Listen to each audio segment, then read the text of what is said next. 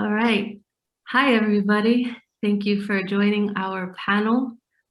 Today, we are here presenting Get Your Mind in the Gutter, Sequential Art as Inference Tool.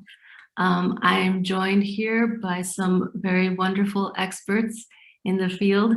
So we will go ahead and start with introductions. We'll go based on how I see you on my screen. So Jana, we will start with you. Unmute. Off to a solid start. My name is Jana Tropper. I'm a speech and language pathologist at an elementary school that includes preschool outside Chicago. I work in a self-contained special education program, so all the students spend most of their education in a special education classroom, but always looking for opportunities for mainstreaming.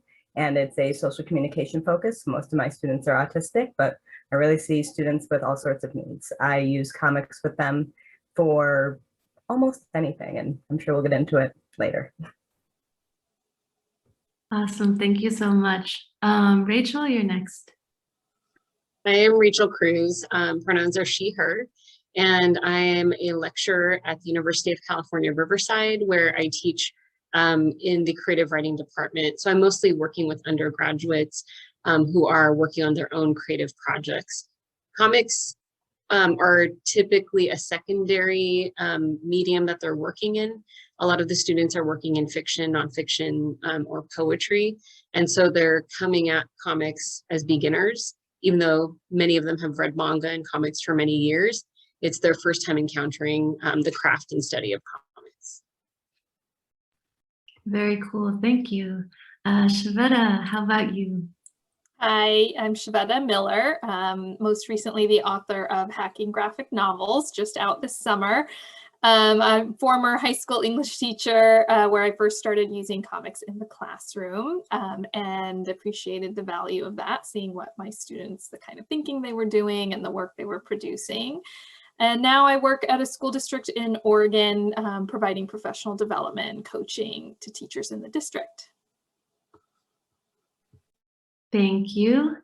And Ronell, can you please tell us who you are? Hey, Ronell Whitaker. I am a curriculum director and educator from the south side of Chicago. I'm currently a administrator in the south suburban Chicago district. Been in education for 15 years, been using comics for just as long in the classroom, and now I get to make money spending decisions about, curriculum and comics in other people's classrooms. So that's a really cool benefit. Awesome. Well, I look forward to this conversation we're going to have. So I'll be asking questions, and they're open questions for anyone to answer. So just go ahead and jump in whenever you want to respond. So what do graphic novels and comics offer that is different from a traditional text that students might encounter in a classroom?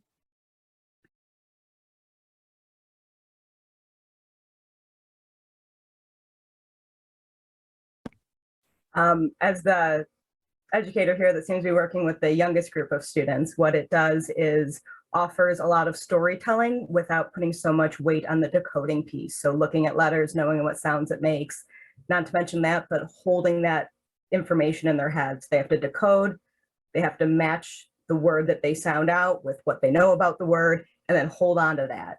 If you're talking about just a prose text, with comics, there's the picture part of it. So they're able to look at the pictures as part of the storytelling, and you can drill down in some skills, because I work specifically in the arena of language. You can drill down in some skills that don't tax working memory as much, so you can kind of suss out where a kid is struggling without as many barriers in the way of getting to there. Thanks, Jana. I want to pick up on what you said about visuals. And I mean, obviously with comics and graphic novels compared to other mediums, what makes them distinct is the visual component. And really with visuals, we have natural impulses to look and to look again. We're compelled to want to see things for ourselves, not just have it described to us. And so comics leverage that natural impulse more than a text-heavy book might, where we're more compelled to look for ourselves than to necessarily read for ourselves. And information is rapid when you integrate images, right? Like Jay Hostler often says, biology professor and comics creator, that if he describes a cog to his biology class, he's timed it. It takes them 7 seconds to make the connection of what he's describing. But if he shows them a picture of it, that's instant. And so many, just the fact that there's that visual component in there allows for so much distinct experiences, including the fact that visuals are by nature ambiguous, more so than maybe a word or symbols or phonemes that stack together to create a word that we are conditioned to think has a definition and a meaning. Visuals less so. So they demand us to think flexibly, question what you see and seek answers, and to collaborate with others. What did you see? How did I miss that? I can go next. I'm working with undergraduate students who are really learning how to be a part of a creative writing community. And I find that comics they're shared online, on Instagram. They see a lot of their friends who are going to zine fests in Los Angeles or in Riverside. And so comics and graphic novels offer a sense of community and a way to tap into different kinds of communities that might be online or in person. Mari Naomi, who's a cartoonist, created the databases for cartoonists of color, queer cartoonists, and disabled cartoonists. And it's a way for students to really find work that resonates with them or challenges their beliefs, and finding different kinds of folks all over the world who are creating comics that they may not see with DC or Marvel, for example. I love that Rachel said that, especially when I talk to high school kids. Comics feel like more of a living medium than novels do, especially the way that we tend to approach it. So many of the texts that, unfortunately, a lot of us tend to choose always feel dead. Like they're older books, they are from older writers, they're from a past or a bygone era. Comics are a thing that feel very current. And what's been even easier is I've been able to bring, comic creators into the classroom, whether it's via Zoom or physically. Kids can look and say, oh, that's a thing that somebody gets paid to do. And now they get to see it on the screen. And again, it just feels much more vibrant than traditional text can feel. So I think that accessibility and that, living community that Rachel brought up is really important too. Thank you. Excellent points that you're all making. And so how can comics be used to develop academic skills across multiple content areas?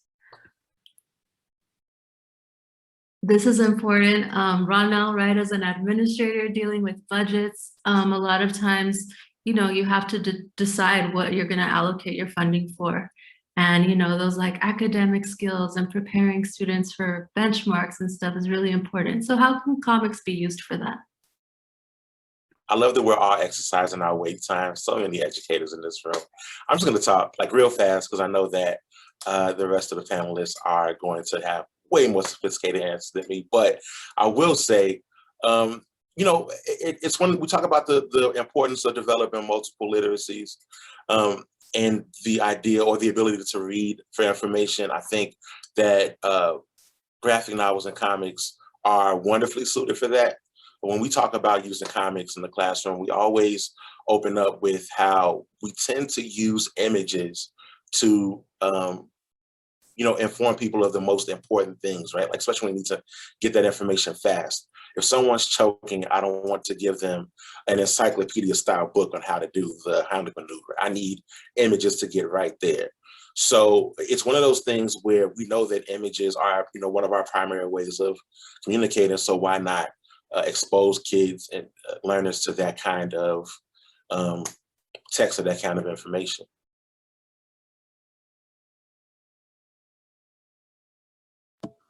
I'll add to that. That was a great start. So we don't all have to open with that, because that's sort of the basis of it, that multiple literacies, visuals are part of any kind of text or artifact that you might be engaging with. And if you teach students and adults and people, your neighbors, your grandparents, how to think critically about visuals, then they're going to be less manipulated by them. And we know in our media that visuals are the #1 tool for selling, for manipulation. And so our youngest students, who are bombarded by visuals everywhere they look, on their phone, looking down at their sneakers, looking up at their friend's t-shirt, if a student who has been taught to critically engage with visuals versus one who hasn't, is definitely not only going to be less manipulated by them, but also just have a richer experience walking around in their world.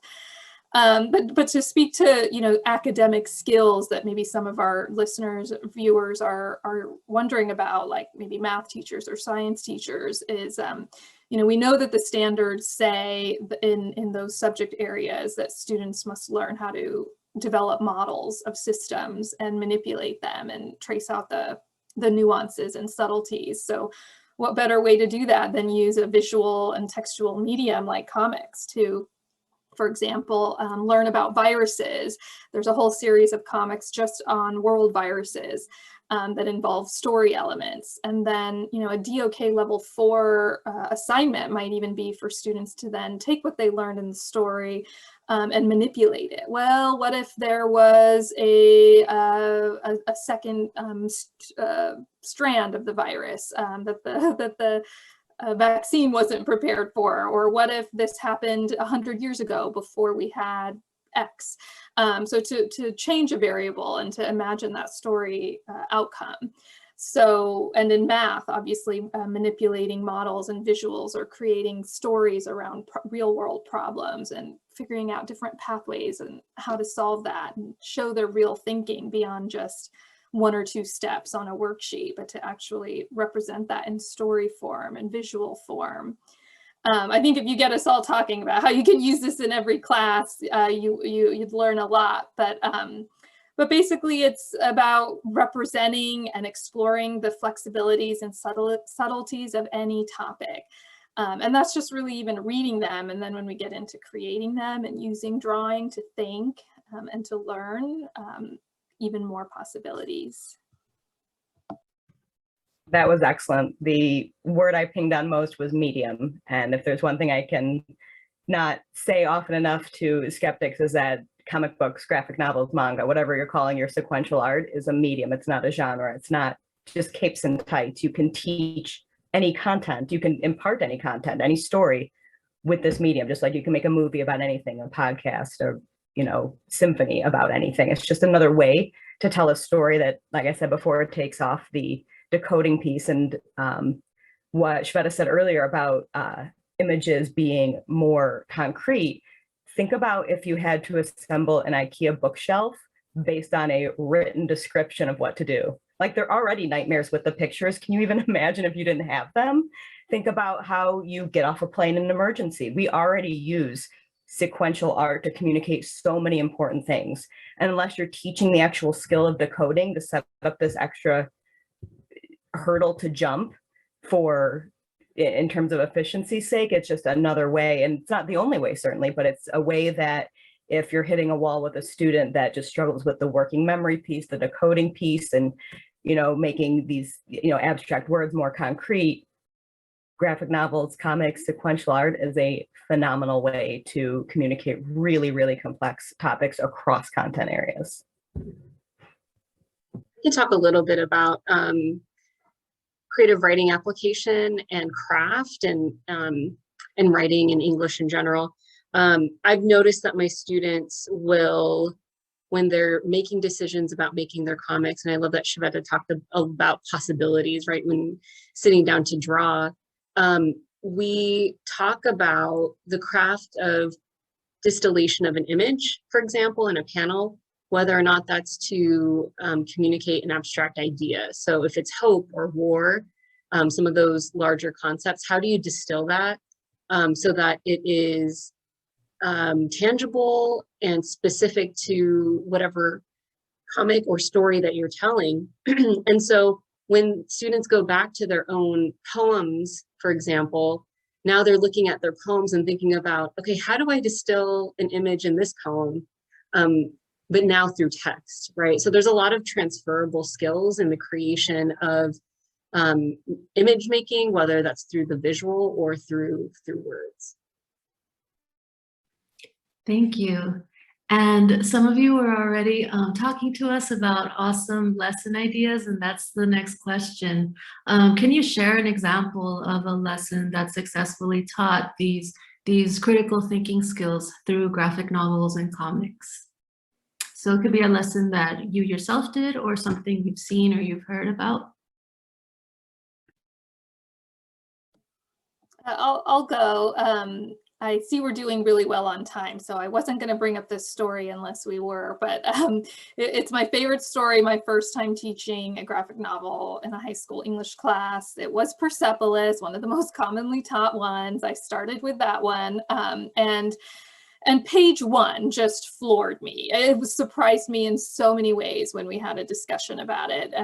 That page is so iconic now. I'll just briefly describe it to orient us, but the very first panel, you see Margie, who is a teenage or young Muslim girl living in Iran during the revolution in the 70s. And she's sitting at her desk. It's a very spare panel. It looks almost like a school photo, just her head and veiled, very sparely drawn, black and white. And then right next to her is the same image, but spread out just a bit. And shows several girls who, upon first glance, all look the same. Now, at the very bottom of that same page, you see those girls who look kind of glum and similar and ordinary, and maybe unhappy in those first 2 panels. Now at the bottom, in the widest panel on the page, are doing all sorts of crazy things with their veils, playing at recess in really distinct and unique ways, and even morbid and hilarious ways. And so what happened in my class is when students were asked just to look at isolated panels and really look and describe in their own language without context, a lot of them, what surprised me was, this was in New York City urban high school, was a lot of them were clearly bringing in taught ideas of what, oh, thank you, taught ideas of what that symbol of the veil connotes to them. So students were using words like repressed, or all the same, or conform. And then, though we did have students in our class who were Muslim and who even did wear versions of a veil, and when they participated in the conversation, suddenly we were looking again. We were looking more closely. We were noticing that bangs were all drawn very differently. We were noticing that just that one little line, just a little tip to the top or curve to the bottom or angle this way, conveyed lots of different emotions about what they might be feeling wearing the veil. And then when they were able to see the final panel at the bottom, when I didn't hide it anymore and they could see it, they saw, wow, we were really wrong. Those students who initially were saying they're all the same, they are repressed, they're doing what they're told, they like to conform to authority, really saw that, well, that wasn't right, that's wrong. And they actually started to question whether the author Satrapi actually manufactured that introspection for them as readers. Like, she clearly led us to think that they looked the same in those first 2 panels. So why did she do that? And then why did she surprise us at the bottom with the fact that, hey, actually they're not conforming. They're not necessarily all happy, and they definitely don't all feel the same thing. And then they started to think about, wow, how could I do that for a reader? How could I surprise people and turn their stereotypes upside down and really make them question what they thought they saw? So that's critical thinking, right? That's critical thinking. And when you have images and the kinds of techniques that, like Rachel is teaching her students to craft and to think about, well, what image am I going to use to capture this idea? And we can't make the assumptions that our images, while Jay Hostler was able to explain a cog to his students rapidly and immediately, we also can't assume that an image has, one distinct meaning, the way that maybe a word or a word in our English language may, not all, but a lot of them. And so those images, the more abstracted they become, right, the more we're bringing from our own subjectivity and lived experiences to interpreting them. So again, that's demanding critical engagement. So that's my fun story. The first day I ever taught with graphic novels. You can see why I just continue to do that and study that. Thank you for sharing that, and thank you, Jana, with the visuals. That was really helpful. All right, so what about the rest of you? Can the rest of you share an example of a lesson that successfully taught critical thinking skills through comics? Sure. The name of this whole panel is Get Your Mind in the Gutter. And for people that are unfamiliar, the gutter is the space between panels. So the space between those images, the moment in time. Not every comic has it. Some of them are overlaid, some have inset, but the idea is that because it's not a continuous film, for example, you have to infer what happens in between panels. So certainly getting and this is a walk in your classroom, use it tomorrow, photocopying a comic book page and removing one panel and asking kids to fill it in, that's inferring. They need to maybe determine the cause of what happens later. Maybe they're predicting what happens after the panel that you do leave intact. Maybe it's something that's solving a problem where they have a problem at the beginning, it's solved in the third panel. What do they do in the second panel? Do you see clues? And it's forcing the attention to detail and to the images. That is an easy thing to do. And you can pick up any comic. You can pick up Calvin Hobbes, Garfield. I love using Garfield because it's typically set up, disaster, explanation. And if you remove the disaster, the wild ideas that kids come up with never cease to amaze me of what happened in between. Removing just the dialogue within a word balloon, what the character is saying. And then because you see what happened before, you see how the other characters react. What could that character have been saying? How are they standing? What's their face do? Maybe their face is in contrast to what you think they're saying. That's always, as we were talking about creative writing earlier, how do I lead my students, or how do I lead my reader in those cases down a road where I set up one expectation, pull the rug out from under them, but it's fair because I didn't draw attention to, or I did draw attention to a certain component. So taking out a panel, taking out text from a word balloon, and then talking about emanata. So like when someone has an idea and there's a little light bulb, or they're angry and there's a rain cloud, it's amazing how universally kids and adults know these automatically, even if they're not frequent comic book readers. So coming up with a set of emanata, or interpreting emanata that already exists, is another great way to look into critical thinking and just really being flexible while still making it that concrete image, like Shveta was saying, because at the end of the day, it's about communicating and making sure that the reader has the information you're trying to impart, or can make their own conclusions from the information that you're trying to impart. I'm going to steal that, Jana, the omitting a panel and having students predict what comes next. I think that's such a great activity. I can share a panel that I use with, or a comic that I use with my students, and this is out of Peanuts by Charles Schulz. Let me see if I can make this larger. So it's pretty much almost a wordless comic, and so I have students read it 3 times, and we talk about inevitably the flow in the way that you're reading the comic. So in English, we read left to right, but Snoopy his head is faced in contrast with the flow of our reading. And so students will read Snoopy watching these kids dressed up in Halloween costumes, right? And he's in the same direction. And it's a panel, there's an alternating panel of him looking in that to the left, and then a kid walking by costumed, panel of Snoopy looking to the left, another kid, panel of him looking to the left, another kid, and so forth. And we move to the third line, And then all of a sudden, Snoopy flips his direction. And then we see the surprise. And I love this punchline in this comic because it's Charlie Brown, who is not costumed. And that's what terrifies Snoopy, right? And then Snoopy runs away. And so for this particular comic, the reason why I love using it is because it is wordless. And so there's more of an emphasis at looking at the visuals, but also the direction of the subjects within the panels. And we talk about the use of repetition and what it does. So in storytelling, when we have repetition, it sets up a pattern and expectation of what's going to come next. But when we have Snoopy flip, right, his direction, all of a sudden it sets up that punchline of Snoopy being terrified at Charlie Brown, and he's just himself, right?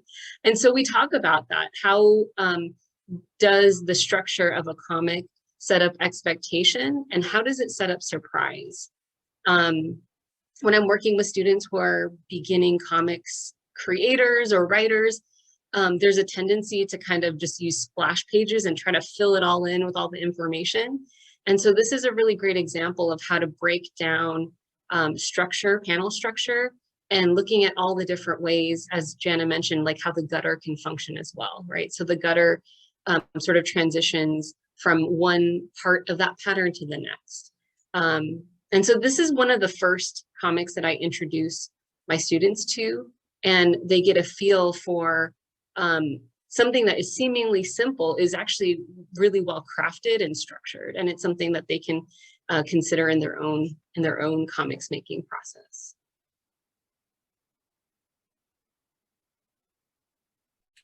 Yeah, I'll finish up with two different examples, kind of I hate to say this phrase, but kind of piggybacking on what was said before me.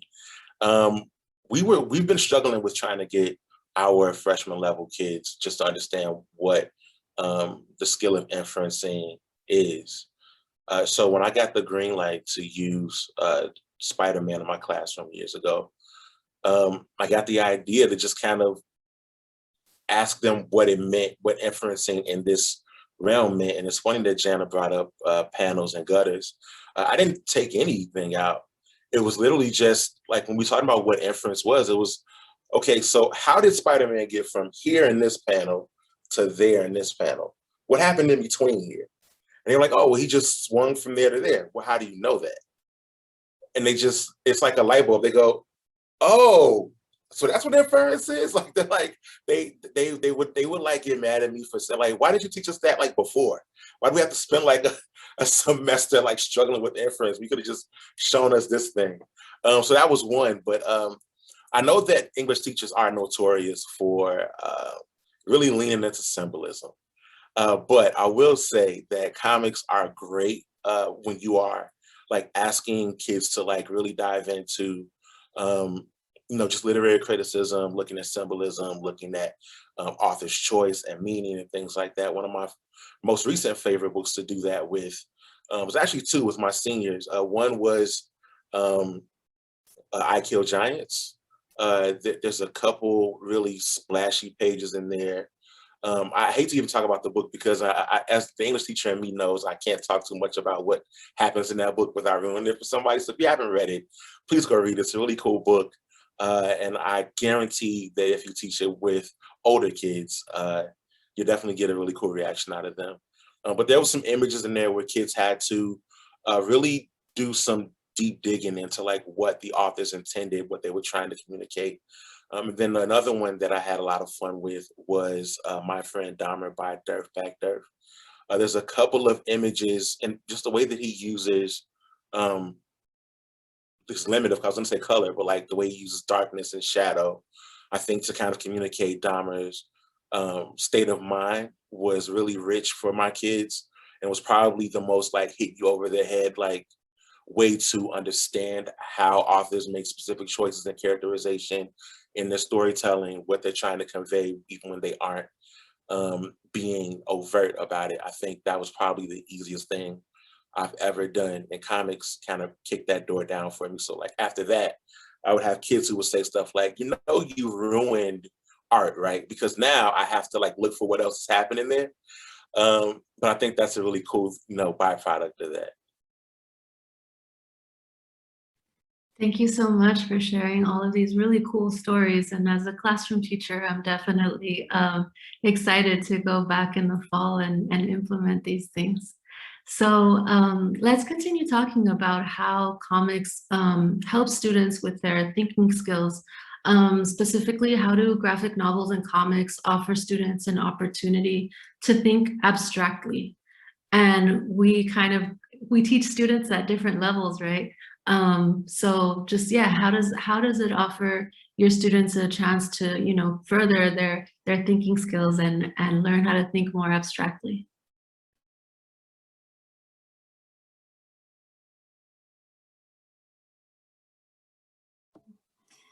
I'll start us off. I know we all kind of touched on this already, and Ronell just going on again about the gutters and how we're abstracting meaning, right, from those gutters that are empty, that have nothing in them. You can't get more abstract than that. And Rachel's example of the comic that is very spare, without spare drawings and without text even.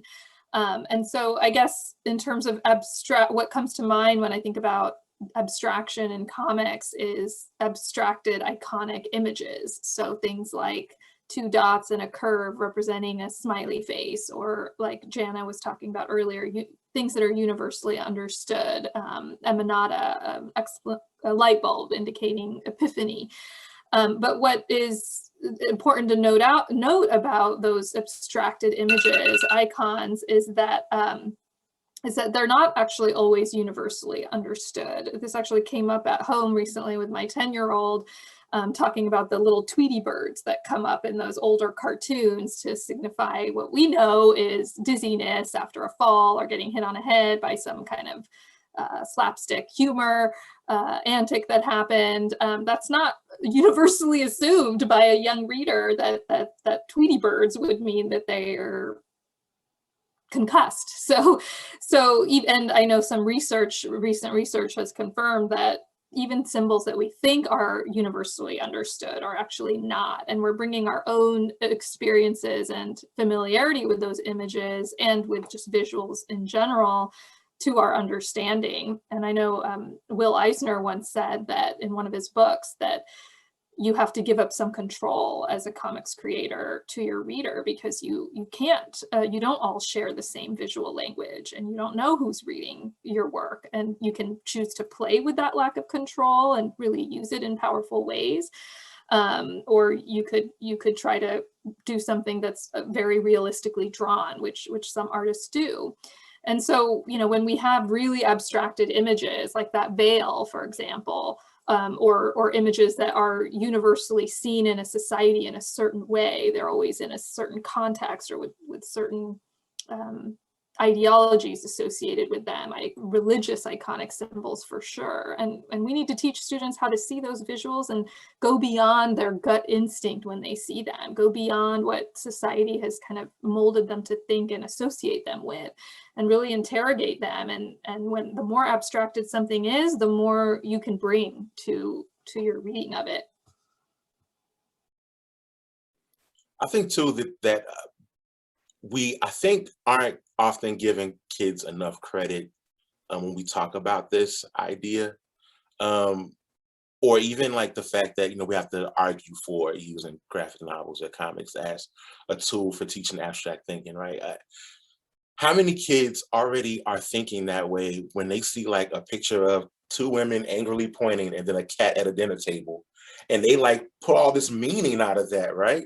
And they've created their own language around memes and using images already. Like they know they're not maybe like experts in doing this, but as Shveta mentioned like early, like kids are being bombarded with images more than anything.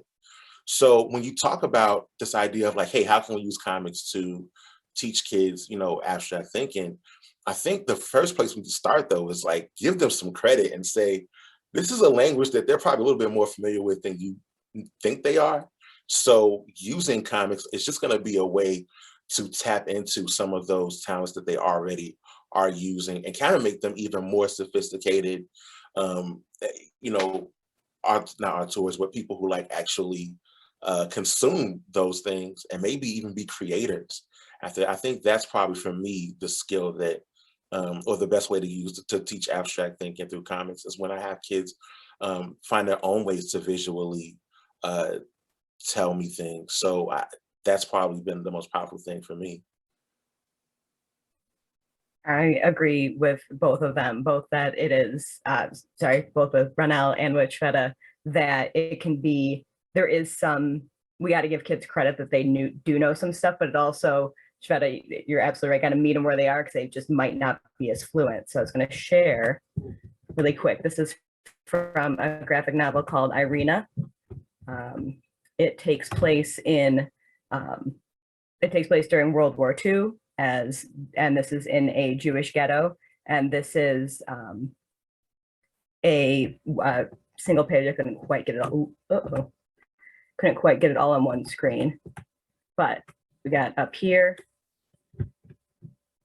and I present to some of the older grades in addition to providing services to my students. I do some presentation to older grades. It's really just a recruitment effort for my 5th grade comic book club. I go into 4th grade and get them young, get them prepped up for the next year. But I go in and I talk about the mechanics of it. This is the panel, this is the gutter, this is what you see.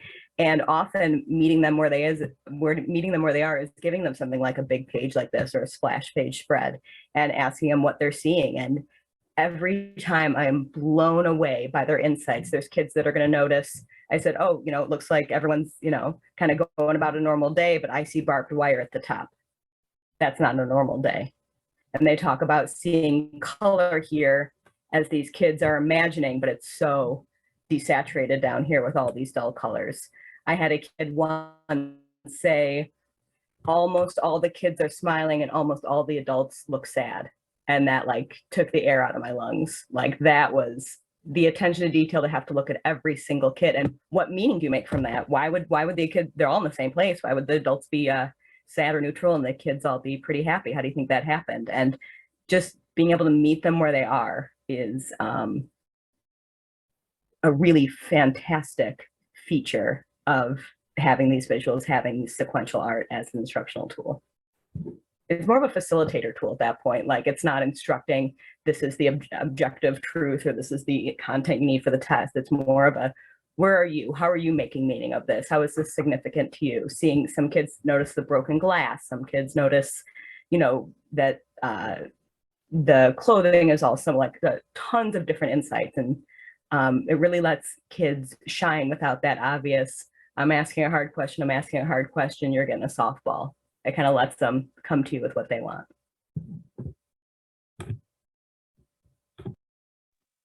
This is a great question. And I like, Shveta, that you pointed out that a lot of symbols and icons that we as educators think are universal aren't necessarily.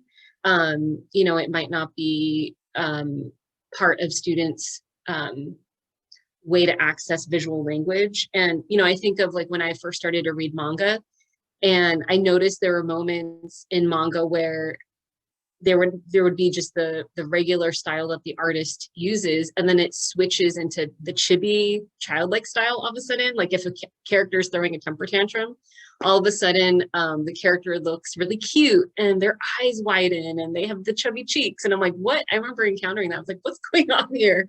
And it's supposed to indicate that they're having a temper. They're acting like a kid when they're an adult. And so maybe, students who are more versed in manga, that's they pick up on that already, right?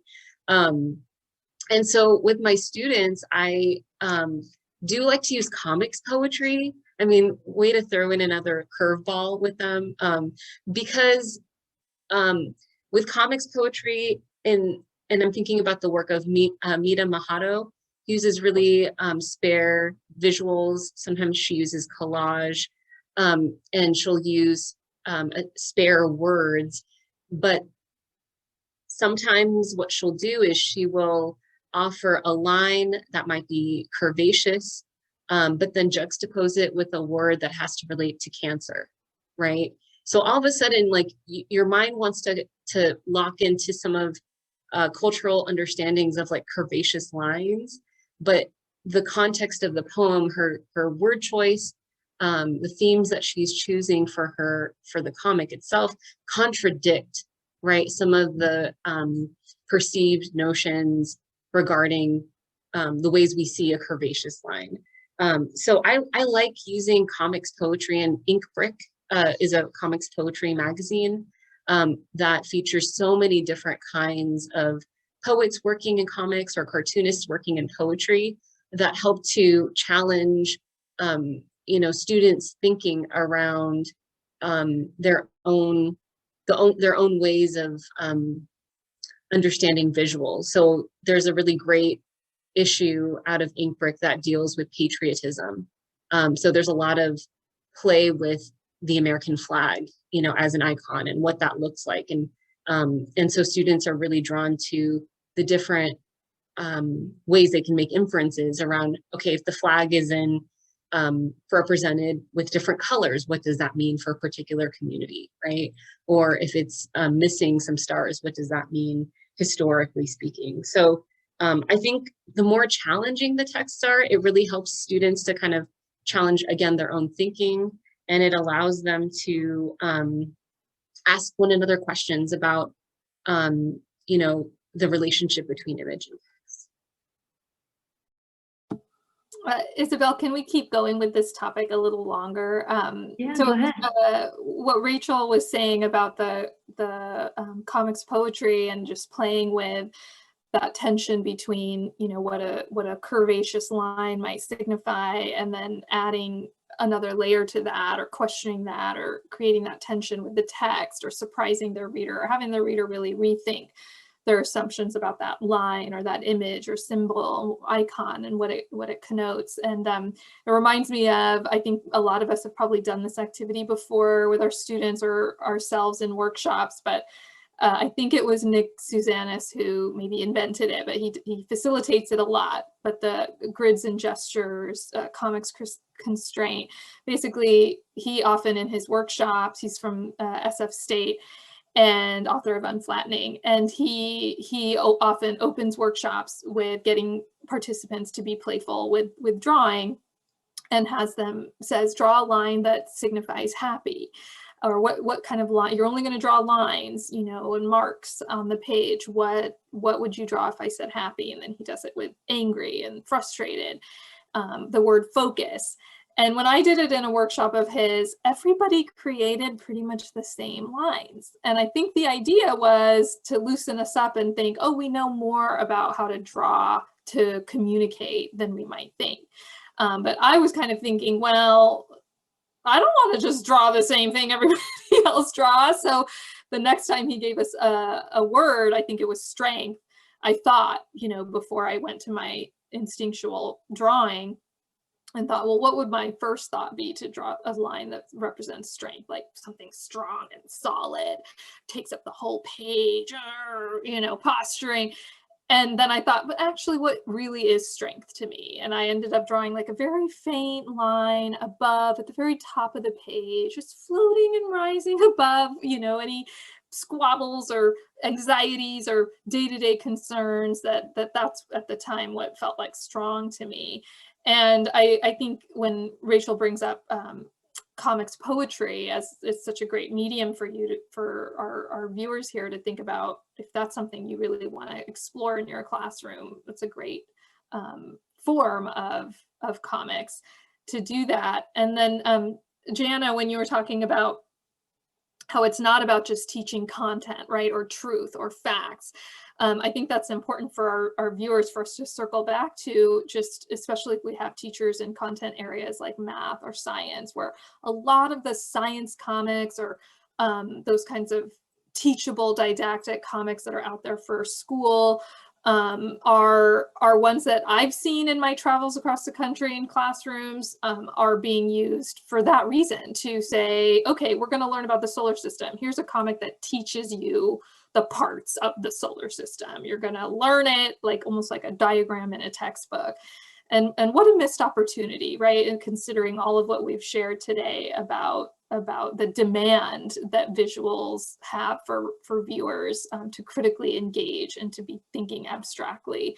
So, not just this is the solar system, but this is how one person represented it visually. They made a lot of choices, like Ronell was talking about earlier. what choices would you make, or what's missing, or how do other people, what are they looking at? And what did you miss? And why did you miss that? And to really start to tease out the complexities and subtleties of that solar system, to open up new questions instead of to just teach the content. Yeah, that was a great question, Isabel. I'm all fired up now. Awesome. Well, you all gave really, really awesome answers, very helpful answers. So we're getting ready to wrap it up with 2 final questions. So the first question is basically just in a short, maybe 1, 2, or 3 sentences, what are your final words about using comics as an inference tool? And when we say inference tool, it could be determining causes, solving problems, predicting outcomes, connecting dots. So what are your kind of final thoughts for now, for this hour, about that?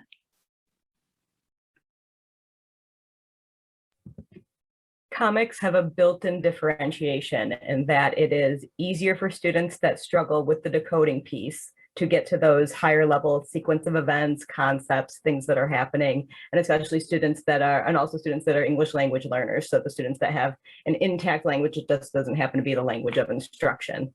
In addition to students that have language delays or language impairments, that the visual component is essential in communicating that. And they're able to get the information there without that decoding barrier. I love reading, by the way. I feel like I keep like dumping on decoding. Like, you should be able to sound out words. I want to make that clear as an educator. I support sounding out words. The phonemic awareness, especially as a speech pathologist, 100% on board. However, it does not need to be a barrier to learn higher concepts, to continue. Like, we can't just let students stop learning concepts that are only appearing in books beyond what they can decode. But then there's also that component, like I said before, this is what I find is very useful for getting out the really, really, really good readers that struggle with the abstract. They can't get away with just being able to decode very quickly and remember where it is on the page and look for it, and, you know, use some very basic skills they've been taught in to get to the answer for a test. Like, they have to stop and they have to look at the image. There's a certain level of shortcut they can't take with just relying on the decoding. So like I said, with built-in differentiation, it can be a relief for students that struggle with some of these skills. And it can also kind of make sure you're not having splinter skills develop, that you're really doing a solid foundation before you send the student off to the next level of education, that they don't have gaps in the skill set there because they happen to be a very good decoder, read above what you'd expect for their age level, but really miss some of the depth of knowledge in favor of the breadth.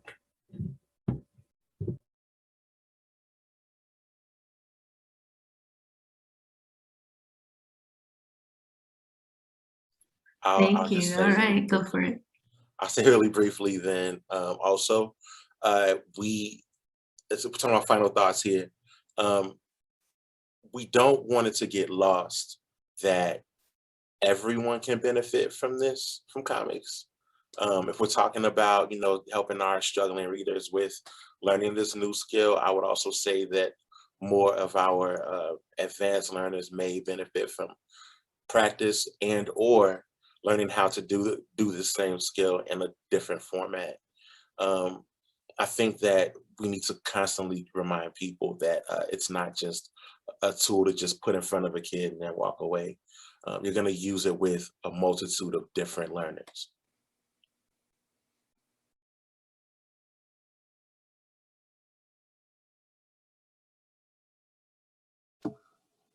I'll add on to that. I know Jana and Rachel both shared their screens and showed great examples of inferencing tasks they engage their students with. I wanted to bring up one more similar, but just enough different to warrant some time. Let's see. Okay.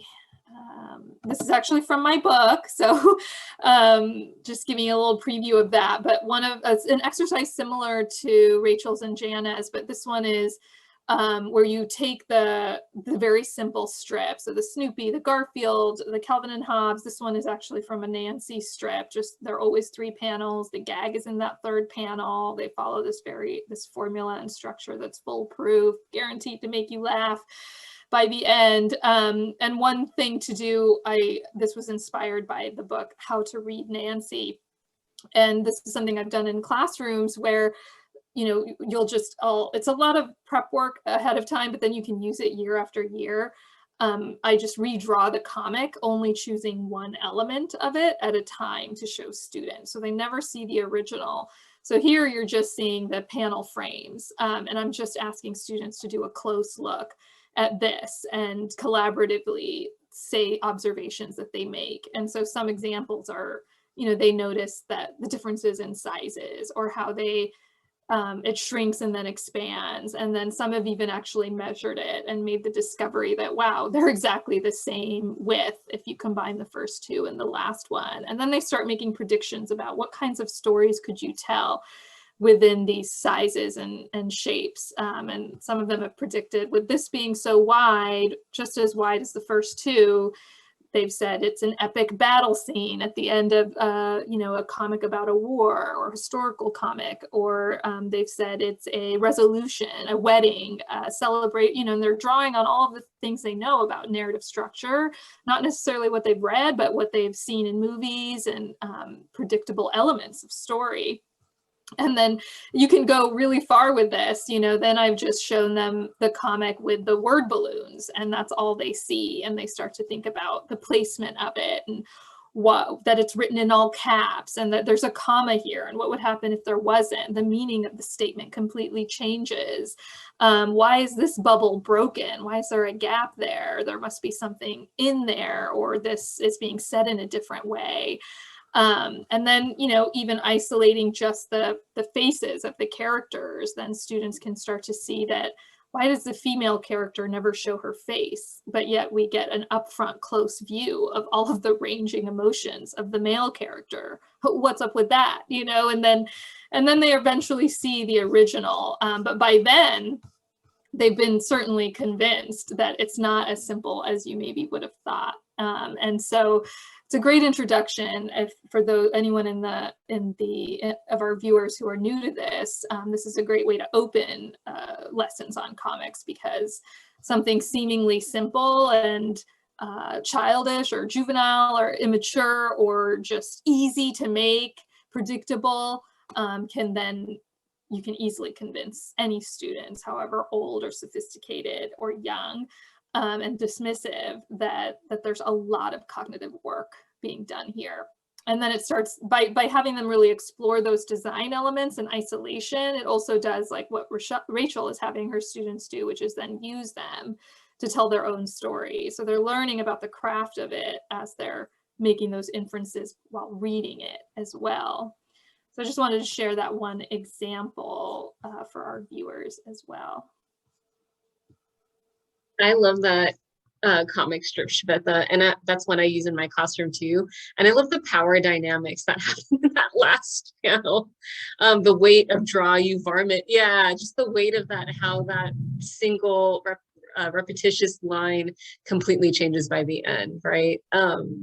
It's fantastic. And, you know, the question about inferencing and just final thoughts, you know, I do want to echo what folks have said, that just learning the craft and learning, you know, these different comics techniques, at least in my case and in my classroom, help students to understand some of the patterning, and they're able to apply the craft, but also they're also able to now defy expectations, right, that are expected in their own work.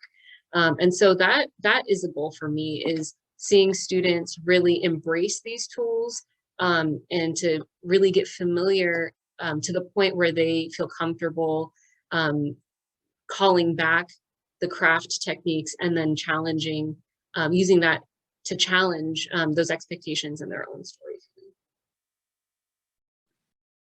Thank you so much.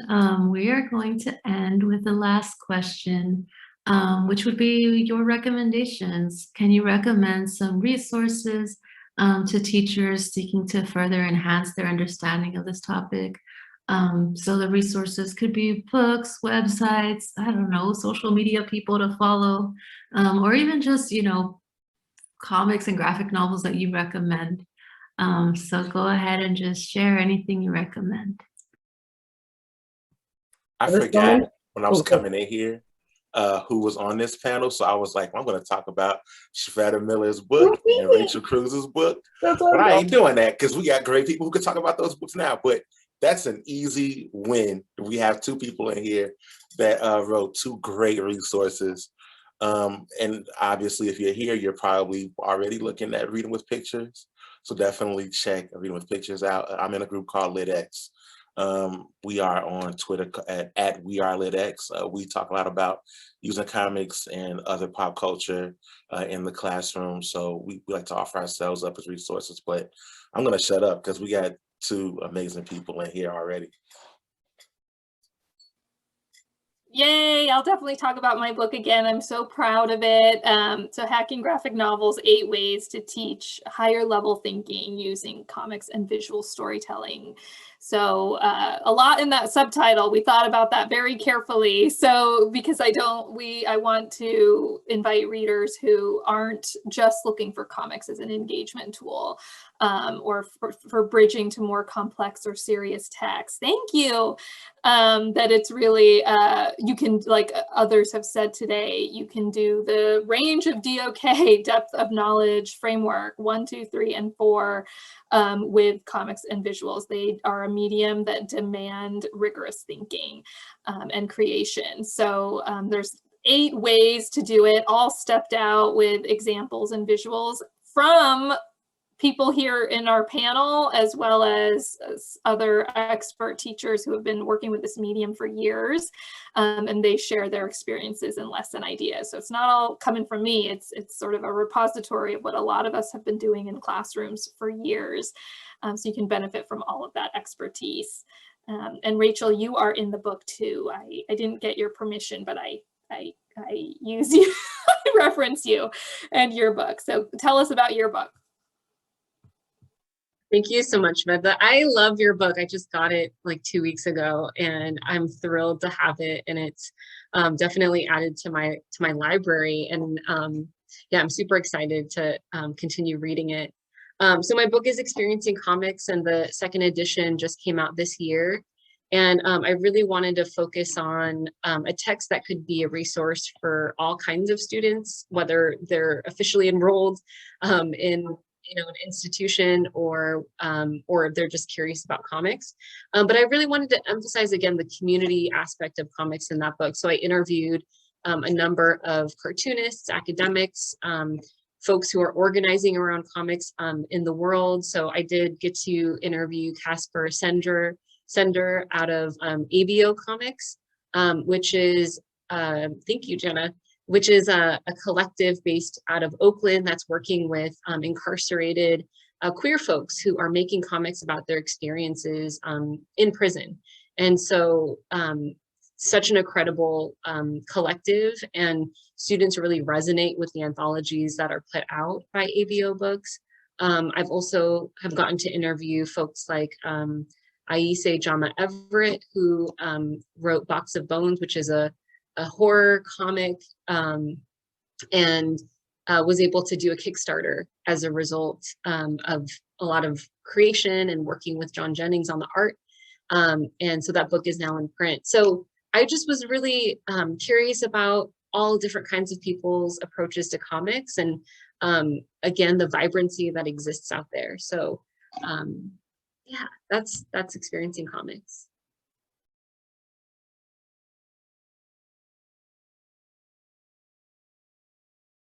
Awesome, very exciting. Jana, I saw you put in the chat, you recommend their books. Anything else you wanted to recommend? Is that your endorsement? All right. Well, thank you so much for your participation, your wisdom, sharing everything that you do with your students.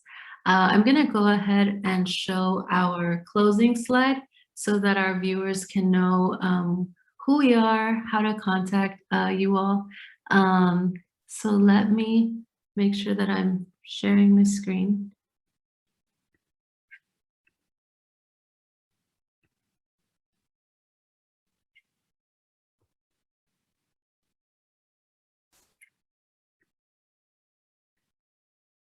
So again, we'd like to thank Jana, Shveta, Ronell, Rachel for this amazing panel. I learned a lot. Again, like I said, I'm super excited to go back in the fall. And we hope you all enjoyed and learned as well. Thanks, everyone.